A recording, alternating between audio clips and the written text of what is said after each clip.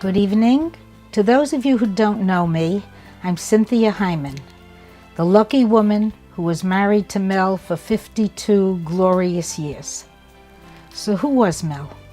He was the most sincere, friendly, warm, loving, and unassuming person that you could meet. Professionally, he was a teacher and principal who paid attention to every student that he worked with. The question I'm asked most frequently is, how did Mel get involved with TACH? I'm not really sure. The first thing I remember was Rabbi Shalom Rifkin coming to our house seeking out Mel's counsel. He said there were children in the neighborhood and parents who were coming to the rabbi crying that the yeshivas were not able to meet their needs, that the yeshivas wanted them to leave, that the yeshivas felt there was nothing they could do for them, and that the parents were in agony. They did not want to take their children out of yeshiva. In the late 1970s, most schools did not acknowledge that there were students who were challenged with learning disabilities in their classes and were not dealing with it at all. Yeshivas were not at all aware of this.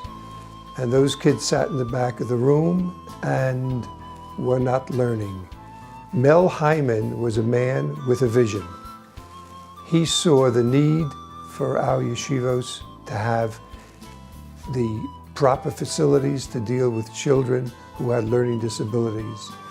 And back in the late 1970s, he and I went to the Hillel School, which is now Hafter, met with the board, and spoke with them about instituting a program for children with learning disabilities. Mel Hyman, Olav Shalom, and his wife Cynthia Zolgazunzain were pioneers in recognizing that every Jewish child deserves a special education. Mel was a regular educator at the beginning. Later, he went for degrees in special ed. But as a regular educator, he realized that there needs to be an educational plan for every single child.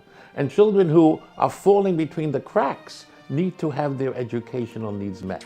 But the next thing I remember is Mel and I sitting at a meeting, not a TACH meeting at that time, but just a meeting in Jerry Pinsky's house. The name TACH came up, the idea to join make an organization came up, and TACH was born that day. From the very outset, Mel took on a leadership role, became active, and never stopped. There was a meeting in my home where Mel was in attendance, and on the spot we formed TACH and elected Mel as the first president. I have vague childhood memories of discussions of the choice of a name for this new organization, how the acronym works simultaneously in English and Hebrew, the planning of parlor meetings, etc. When I hear of all the different types of programs available within the yeshiva system these days and compare that to what existed when I was in school, I am filled with pride. This is a tremendous tikkun olam, and knowing that my father played a key role in making this happen is truly inspiring. Mel instituted something that had never been tried before. He did parlor meetings in all different communities. Parlor meetings are usually associated with the collection of funds. Mel promised not to collect anything. There was no solicitation. The meetings were educational. Mel went to educate the parents and anyone who would come as to the meaning of learning disabilities. And that was the easy part. The main thing, and his main job, was to get parents to accept the fact that bringing a resource room program or any type of special ed program into the yeshiva setting would be a benefit for all.